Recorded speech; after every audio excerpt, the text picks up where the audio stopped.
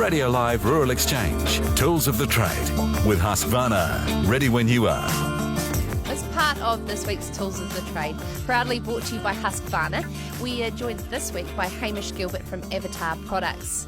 A lot of the countryside's changed from ATVs, four-wheelers, whatever you like to call it, to side-by-side vehicles. Now, Hamish got in touch with us because he feels that a lot of these vehicles people are not considering were not really built for the way that we're using them. It's quite a common Kiwi sort of thing. Give us a bit of background. You spent 30 years with John Deere and leading up to your position now at Avatar. I started with John Deere back in 1972, actually, with John Deere and Caterpillar. And then I worked with John Deere around the world and then came back to New Zealand as a dealer. But I came off a large farm and always had an inkling to want to try and do something myself and leave a mark behind, I guess. So having worked with Deere on their development of a lot of machinery around the world, I started this project in 2006. And what project are you referring to there, Hamish? We actually had a family friend whose son got married, and as you do, he took his new wife out on the farm with him for the first week or two. But he bounced her off the side of the quad bike as a passenger, and she landed on her back, hit her head on a rock, and had a considerable claim on ACC, which they ended up having to fund themselves quite a lot of. And she's still actually, even today, years later, she's still suffering from migraine headaches and other conditions as a result of the accident. So that sort of hastened the outlook of doing something that was other than quad bike related for getting about on farms. And so you've been in developing products. What have you seen around some of these cyber sites? You know, you think your Can-Ams and your Polarises. What's going wrong? What are we doing wrong here in New Zealand with these machines?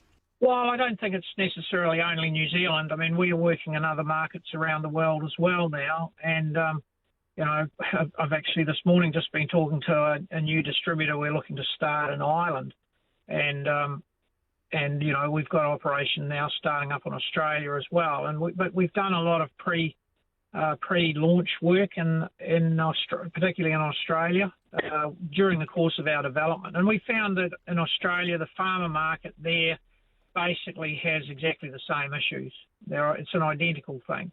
So, you know, when you say, oh, the Kiwi is a guy who just beats the hell out of his machinery, no, it's not actually really true. He's probably no different than his Australian counterpart and many other rural people around the world.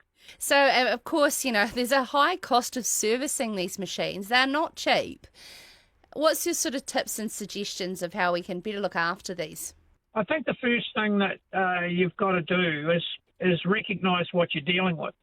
And unfortunately what happens is that a farmer looks at his quad bike, and one of the reasons up until the negative press exploded on the quad bike thing, up until then, I mean, he continued to run. And typically the figures that we've been given by people up and down the countryside from bigger farmers that do some pretty close cost analysis work is it's somewhere between $4,500 and $5,500 a year to run a quad bike.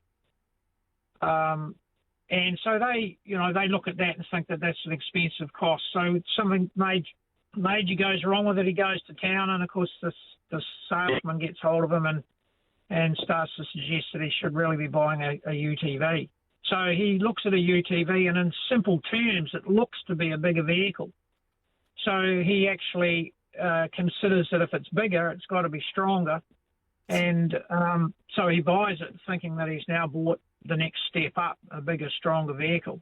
But in actual fact, if he was actually mechanically savvy enough, he'd actually look underneath the panel work, and in lots of the traditional brand cases, what he'll find is exactly the same engine, the same transmission, same drive shafts, diffs, brakes, and so on, as on the biggest quad bike that's made by that particular manufacturer, if it happens to be a quad bike manufacturer. So really you're saying it's a steering wheel, a cab, and a bit of a trailer on the back that's different. Exactly. And so, you know, the old adage starts to come back. When you take somebody off a quad bike who's sitting astride an engine with a set of handlebars, and now you put him in a seat, give him a steering wheel, and some pedals on the floor, a seat next door to him, a deck on the back and a drawbar, what do you think's going to happen? Okay, Hamish, what would you say, lastly, is your main top tip and what sort of you normally see blowing out in these things and what to look after?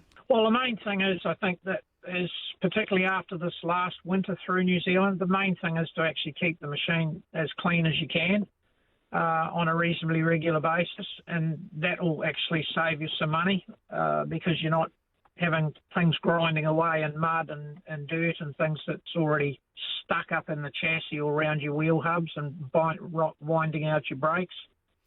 And just be reasonably vigilant as you're going around the machine to check out any areas that that you can see, things like CVT boots and CV joint boots and things like that aren't split and broken. If you continue to run the machine with those boots leaking out the grease, well, pretty soon you're going to be up for a new half shaft. So you really should address any of those issues sooner rather than later.